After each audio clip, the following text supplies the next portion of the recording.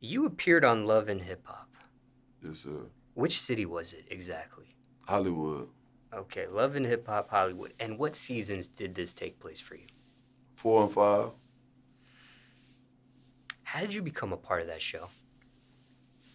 Man, well, me and my girl at the time, Alexis, we were living in LA. She asked me in Atlanta, like, would I be on the show with her because of whatever she had going with her ex relationship and the mother of his child. And she was like, I want to do music. I was around it every day, but I was just like, man, I'm not finna be one of these lame ass niggas on Love and Hip Hop, like, excuse me, producing your music and writing your songs and just on there doing, no, you too fine, like, I'm trying to fuck, period. And I had been knowing her, and I used to, I knew her for a long time anyway. We had history from a lot of other ways. And she was laughing. She was just like, Lucci, just let it be what it is. Like, relax. You know what I'm saying? And long story short, we just started working and we started vibing. And, we both moved to LA, and then, it went further. And we started being together. And then one day she went to the set, and I believe she kind of got into an altercation with somebody. And the next day, I was just determined to make sure she felt safe. Because she was, like, so sad, and she was like, oh, my God. She was mad and she was nervous, and it was a dude I think she kind of got into it with. And so I was like, fuck that, I'm coming. And they weren't able to disclose the location, so I kind of, like, tried to sneak up on and put a location on. I popped up on the set the next day, but I was waiting outside. I wasn't trying to be on camera. I was trying to do some gangster shit. So I popped up, and one of the producers saw me outside. And she was just like, shout out to you. She pulled me to the side and she was like, I know who you are. I know what you probably here to do, but they making it better right now. You know what I'm saying? So, cause you think you can come for an interview. And I went in for an interview and they put me on the show. That was your first time ever doing reality television. Hell yeah, I ain't never think they'll put a nigga like me on TV. Hey, I never would have fathomed that, man. That's like, if you know me, people that know me, they like, damn. Why did it stop for you after 2 seasons? Um, Love and Hip Hop was a great platform. You know what I'm saying? I appreciate Mona Scott, the whole staff, everybody for doing everything they did that took part in me being who I am. It's just, it ain't Love and Hip Hop without no love. So I wasn't loving nobody no more. Once me and my girl broke up, which was mainly because of the show. You know what I'm saying? Like a lot of shit. You gotta understand when you're on reality TV, you're gonna go through something once, and then that's real life, right? And then the show comes out 2 to 3 months later. Now you gotta deal with it on TV, right? And then you gotta go out in the world and deal with it from the viewer's perspective. So now you're dealing with every problem you ever had 3 times. You know what I'm saying? You and your girl might have just got over there and you thought y'all was good and then come back up. It's like, God damn, I can't win for losing. You know what I'm saying? So that's kind of the situation, and it kind of just tore us apart. And at the time, we were just both younger and just living fast, and we both had pride, like fuck you, or whatever.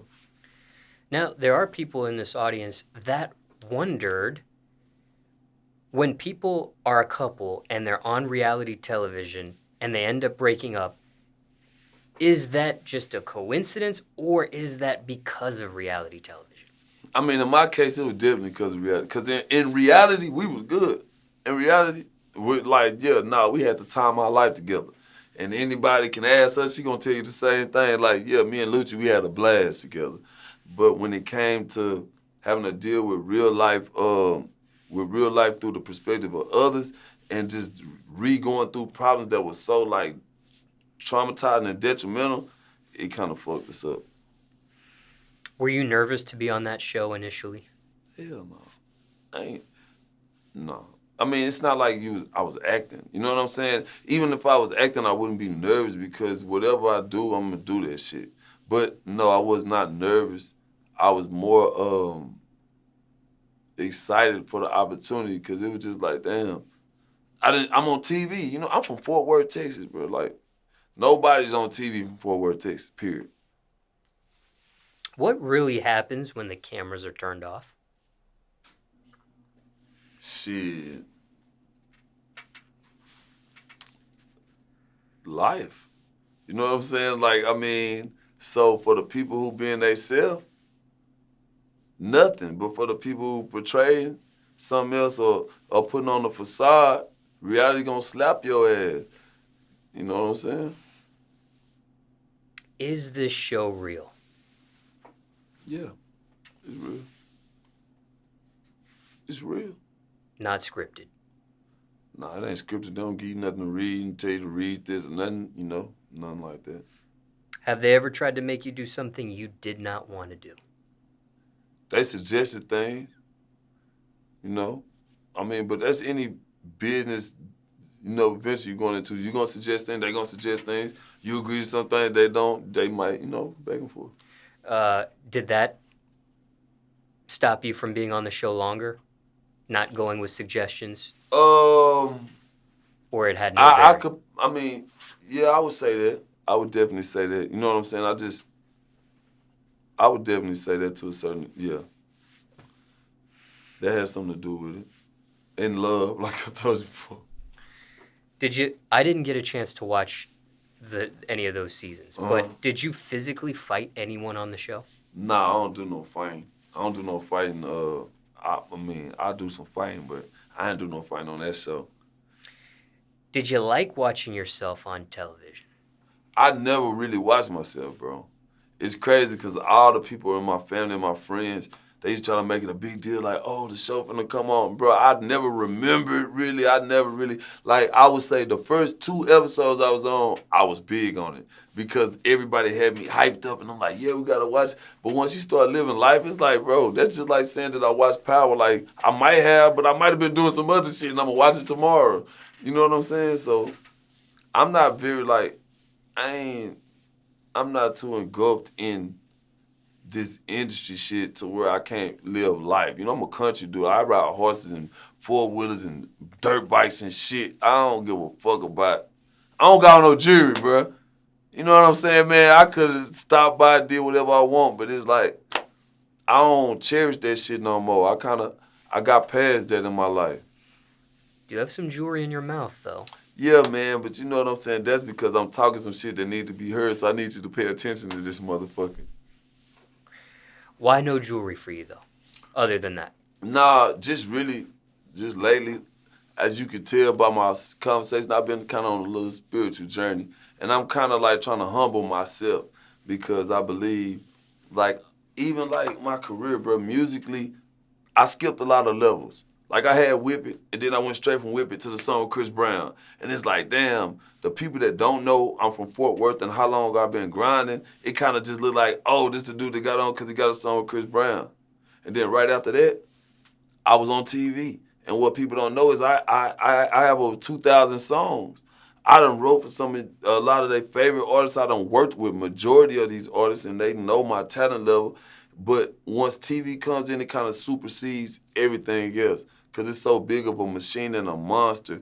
And I was kind of engulfed in living in my celebrity rather than living in what's my passion is just music. And anybody that really knows me, they know I live, I breathe music. And even though I'm a great personality and an individual, music is what I believe is my calling from God. You know what I'm saying? It's what I really do. I love it.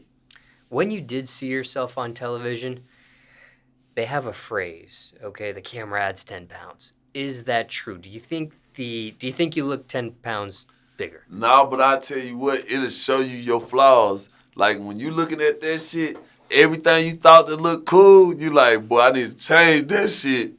I'm telling you, it made me want to, it helped me sharpen my iron. You know what I'm saying? So, I can see the growth from the first season I was on to the second season as far as my appearance. And, as far as my personality, I was always being me. A lot of people say that they'll be like, man, bro, you act just like you acted on Love and Hip Hop. Because, I'm just going to be myself. What's an example that you sharpened? What's one example? Shit. My haircuts. I used to look at that shit, and this one dude told my ass up one day, Kendall, fuck you. That's my boy, though. I met him later. Kendall, a cool dude. But he had went on there, and he was talking about my fade, how I wasn't blended right and shit. And I was looking, and it was hilarious, bro. I'm definitely the type of person I could laugh at myself all day. So I was cracking up, But it was like a reality check. It was like a moment where I'm like, damn. And then I was looking how big my hair was, just different little moments, not about my personality, but about my appearance. I was like, damn. And even at times how I was handling some of the women. You know what I'm saying? It's like, as I'm becoming older, now I got a daughter on the way. Like, you know, when I first came, I only had one child. Now I have my 5-year-old child, and I have a 9-month-old son. I have my 5-year-old that's Sir Honor. I have my 9-month-old that's Adana Mir, and then I have a little girl that's about to be born in December. So a lot of that makes me look back and, you know, look at how I handle certain things, and I know it's gonna make me be different, better. How many different mothers of your children? All of them different. I ain't having a baby by the same girl. What do you think about the way you were portrayed on the show? I don't know how I was portrayed. That's something I gotta ask my fans or ask the viewers, because from my perspective, all I know is I was being me. From the feedback I've gotten, like a lot of people sometimes be like, why you do that girl like that, or why you know what I'm saying? And then a lot of other people was like, you did what you was supposed to do. You tried to keep it, you know what I'm saying? You tried to keep it. I was being myself. I was fucking them bitches. That's what I do, bro. I love women, man. You know what I'm saying? I love them, and I respect them, so don't take the word bitch for disrespect when I say it. Any woman that know me, they know that's how I act, that's how I talk, and I mean no disrespect. I'm going to say it at my most happy moments, and I'm at my happiest moments, and I'm going to say it in my angry moments. It's no differentiation. Has a female you've ever been with felt some type of way over that word usage, though? At the beginning, but I believe when they get to know me, they realize that's any one of them. That's Lucci. Like, they know, because I love women. I'm a protector of women. I'm my mother's only child. You know what I'm saying? I love women. Anybody that know me know that. And a lot of my friends get mad because they think only like white women, but that's a facade. That's not the truth. That's false. I like all flavors of women. It's just lately the white ones been handling me like I need them to handle me, and not just white, all, you know, race. Looking back at how everything played out, did your appearance on that show help or hurt you or your career? I believe as a celebrity, it definitely helped me. As a rap artist, it definitely hurt me. Explain.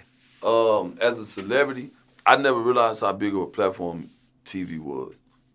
TV became something that launched me past what I expected faster than I expected.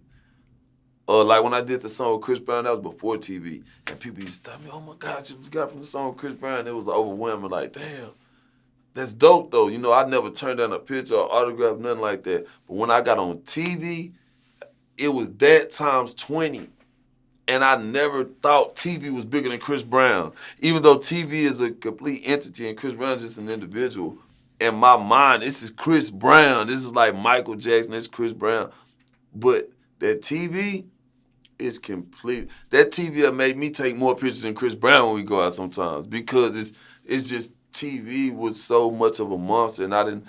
And as far as a rap career, what it did was it made people like, when people take a picture of me, a lot of times they want to take a picture with Solo Lucci from Love and Hip Hop. Not Solo Lucci with the platinum song with Chris Brown, or Solo Lucci with the song with Young Special with Young Thug and Offset, or Solo Lucci with the song Whip It, or Used to Be, or that was on Jay-Z 444. So it kind of overshadowed my accolades, and that's why I'm revamping right now, and I'm coming out with, I'm kind of focused on being an artist again, man. I was living life like on a vacation a little bit, and now I had to get back focused on what I really need to be doing. While you were on the show, though, did you maximize your opportunity at the time? I did not.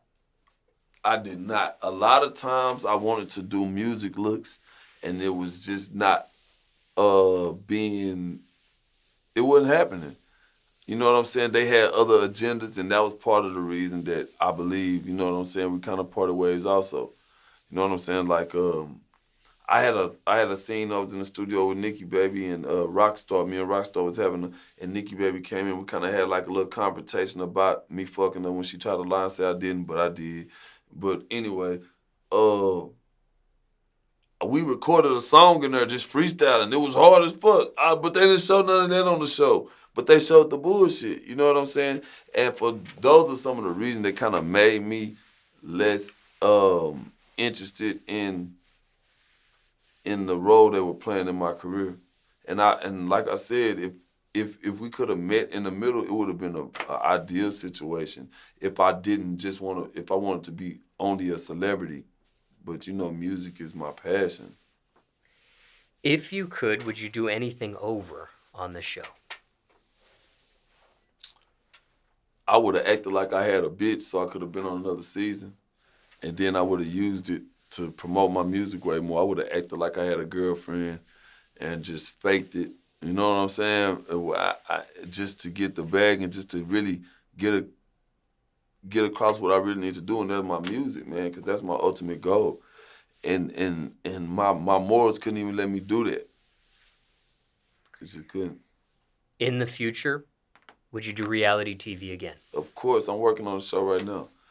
I'm working on 2 shows actually. I'm really. I mean, you know, like I said, bro, I'm a person that accepts my reality. If I'm engulfed in this TV lane, then guess what? I'm not gonna go against the grain. I'm gonna do what I'm gonna do what I feel like I'm put here to do, which is music. But I'm not gonna sabotage my life. You know what I'm saying? Or set back my life or my family for selfish reasons. I'm definitely into TV. Now, if you feel like you've answered this question already, then you can skip it or add on to it. And if not, feel free to provide an answer. But what did this entire experience of you being on this show, reality television, all that whole culmination there, teach you? What did you learn from this, if anything? Man, that's a good question. And I want to answer it right. Take your time. I would say what I learned is the power of perception. No matter how you perceive yourself, you got to understand the power of perception of others. You know what I'm saying? So it made me kind of just understand how others perceive me to kind of help me perceive myself in a different light. You know what I'm saying? If that makes any sense. Like you always look at yourself as a certain, but sometimes it's just like, for instance, when I did the song with Young Thug, the special song, I was a huge Young Thug fan. You know what I'm saying? And I personally knew Young Thug through my brother Troop. Rest in peace, Troop. That's my brother. Everybody know how close me and Troop were. And he eventually got close with Thug. Thug know how close me and Troop were. We met partially through Troop. You know what I'm saying? So Gunna too, all of them my people. We all know each other through Troop. And when I went to do my feature with Thug, me, him, and Offset, and he told me one day, he was like, man, I didn't think you was gonna come. I thought you were gonna like Hollywood me or some shit. And I'm sitting there like, what? Like, Thug, bro, I didn't tell him this. But I mean, through my emotion I did, because I don't got too much pride to appreciate a motherfucker, but in my head, I'm like, bro, you young, I couldn't wait to get in and do this song with you. You don't understand how much I appreciated you. And that's one thing, that's what else I made sure that I try to do on my second go around, that say show appreciation to all the people that did help me in my career and help me with any piece of my success, whether it was music, whether if you taught me anything in the studio, anything on the streets, anything in TV, anything, period. I just have to learn to appreciate other people other than myself. And not biologically related to Troop. You're just using the phrase, brother. Yeah, no, Troop, actually, when I moved to Atlanta, Troop took me in. I lived with Troop. I recorded my first mixtape, Fuck Your Favorite Rapper, at Troop's house. Troop actually built a studio in his house, and I lived with him. Every morning we worked out, he cooked me breakfast. We were together every day. And my brother Gutter, me, Troop, Nietzsche, Burger, it was a lot of us, man. You know, we L.A., Big Burr, he managed Cap G. Cap G used to be around. That's when I was first dealing with Tip, man, I was really supposed to be the original rap member of Hustle Gang. You know what I'm saying? There was a lot behind that. Tip gave me a lot of guidance. Tip showed me so much. Young Jock showed me so much. My brother Neil, he was the head of security for them. That's who really plugged me in with any of these guys. So, you know, it was a lot of relationships and blessings that accumulated Do you want to shed light on the Hustle Gang situation? I mean, when I came to Atlanta, I was on the south side, and it was mostly us. We was Crippin'. It was all us was Crips. And I started dealing with Tip.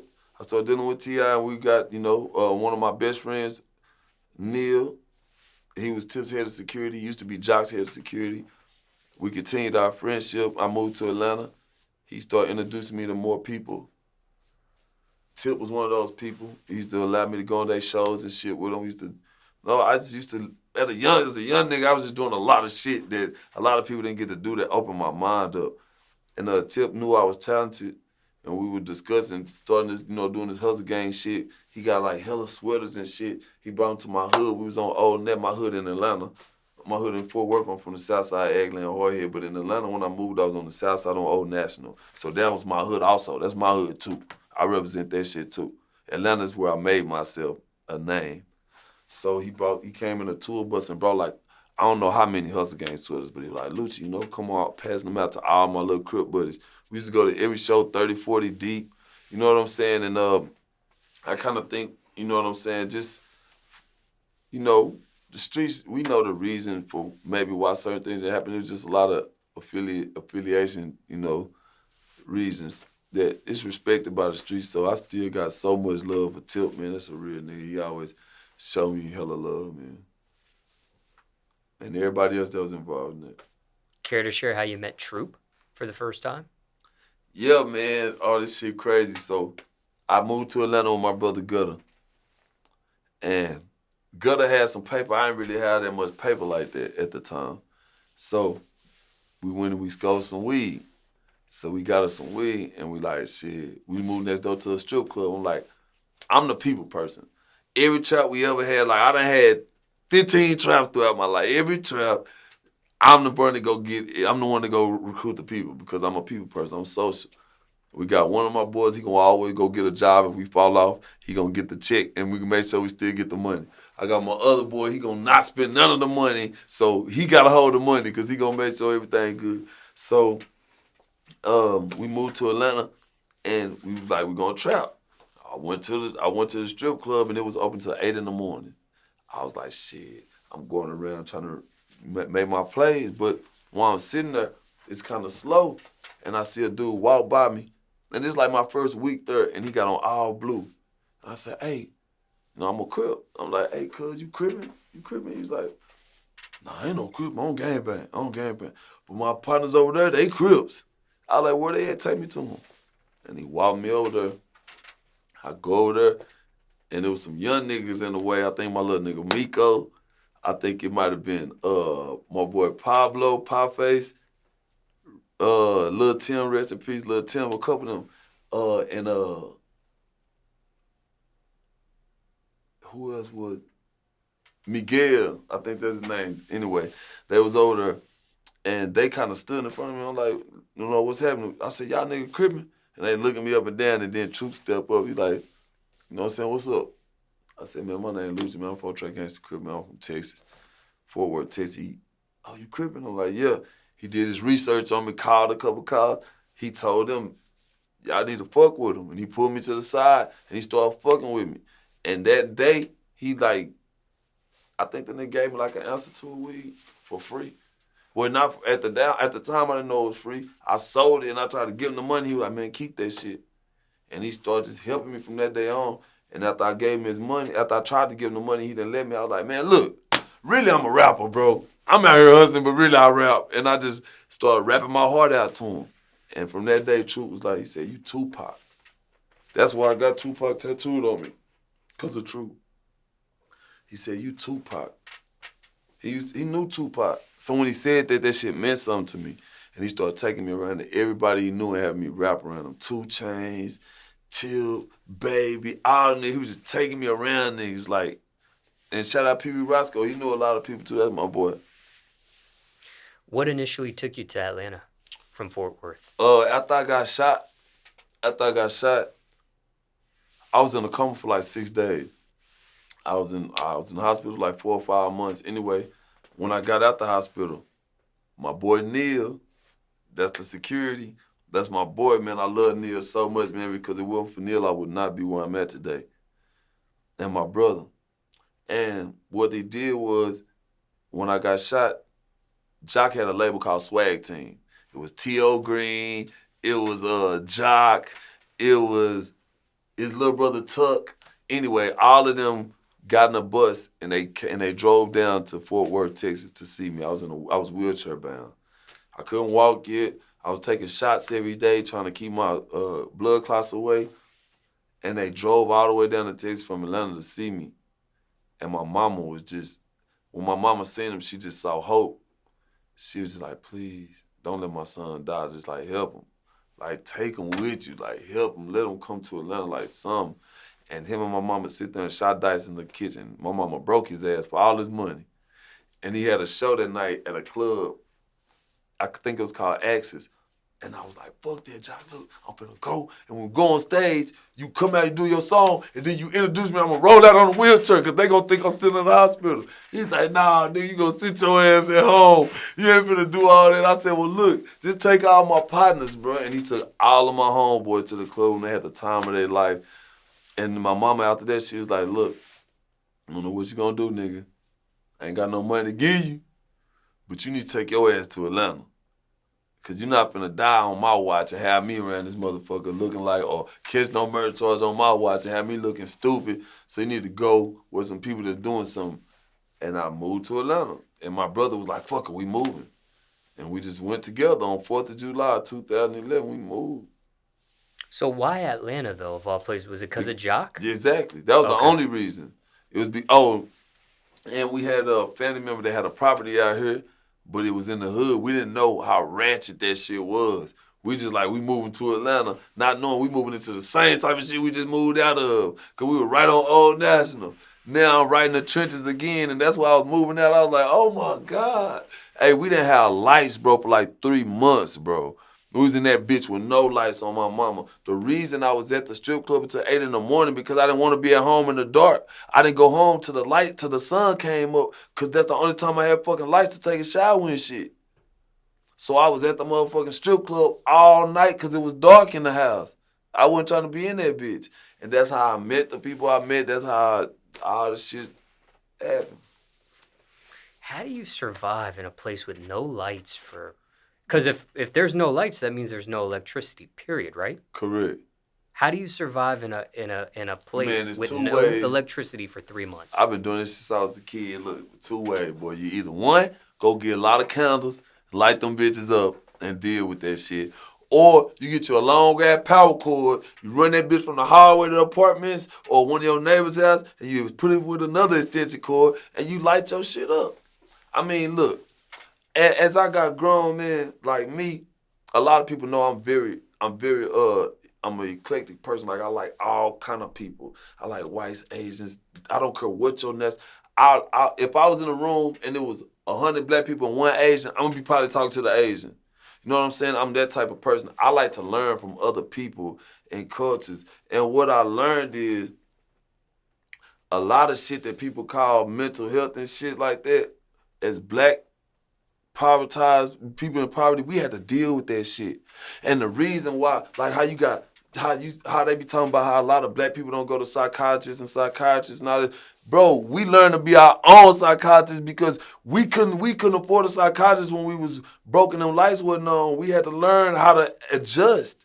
And there's some people now that it happened to them and they will have a nervous fucking breakdown because they have what you call anxiety. That's not fucking anxiety. Ain't no such thing as anxiety, bro. It's a such thing as anxiety because it resides in your mind. But once you learn how to be comfortable being uncomfortable, anxiety no longer resides in your body, in your presence. And after I got shot, I had to learn how to be comfortable being uncomfortable because people were around me. I didn't want a motherfucker standing behind me, sitting behind me. I never even liked that before, but I was extra cautious now about people in my presence. But guess what? As a celebrity or being in that celebrity life, you got to learn how to deal with that shit. And guess what? I got kids looking. Man, I done had kids come up to me crying, mamas, grannies, aunties, all kind of shit. So I know I'm setting an example for all of these motherfuckers that are looking at me in this light. And what example am I going to show?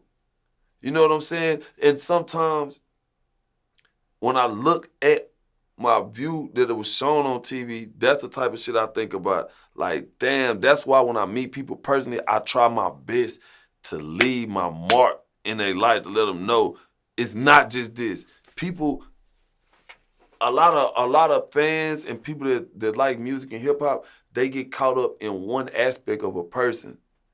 And a lot of artists take advantage of that shit because they're not sharing their real self with you. They're not being a human being. They just being one thing that they know, oh, they like this, so I'm going to keep showing them this. But who are you, though?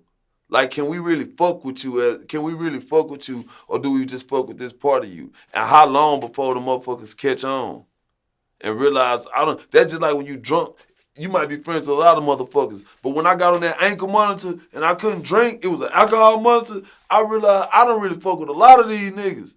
I was just drunk and we were both drunk. You really stupid as fuck. And I can't relate to you because I'm an intelligent, inclined individual. You understand what I'm saying? And they wasn't matching my energy. And I had to learn that. And you got to learn that in life. Everybody don't deserve you. You use the phrase brother a lot in this interview. Not biological to any of these people. Correct. Okay. Now, I know we stepped away from the main conversation here, but I'm going to bring it back. What did you wish you knew before you went on a reality television show?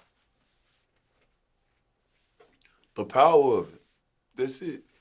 I wish I knew the impact that it was gonna make on people before it did, because I would have portrayed another message at least.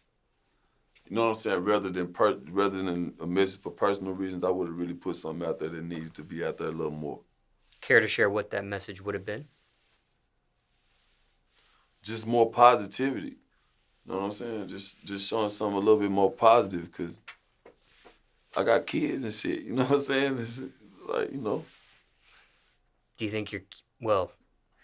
you think one of your children has seen you on television? Yeah, my kids are proud of me. My oldest son is the most proud of me. Everybody at daycare know my son. He done showed them all my video. I didn't even know this shit before. I go pick him up. They know who I am. He said, they showed us all your YouTube videos. So he's the most proud. And with him, our relationship is very good. You were okay with him seeing you on television? I mean, yeah, I'm okay with him seeing me at all sides of me. I think I show him enough love where it supersedes anything that that may taint that. What do you want people watching this interview to know about people on reality TV? I don't want to know shit. I want to know about me. Almost done here with this segment, but circumstances could be different for everyone. But generally speaking, any tips, any tricks, any advice, maybe for someone on the next season? Hey, man, go with the motherfucking flow. Go with the flow and maximize your opportunities. Make sure every second that you're on that motherfucking camera, you're doing what your plan was to do from the beginning. From the beginning, when it was pure plans. It wasn't tainted with no other people's opinion or what you thought or assumed was the right way to do the shit. Any do's or don'ts with reality TV? Don't be fake, bro. Be yourself. It's gonna come out.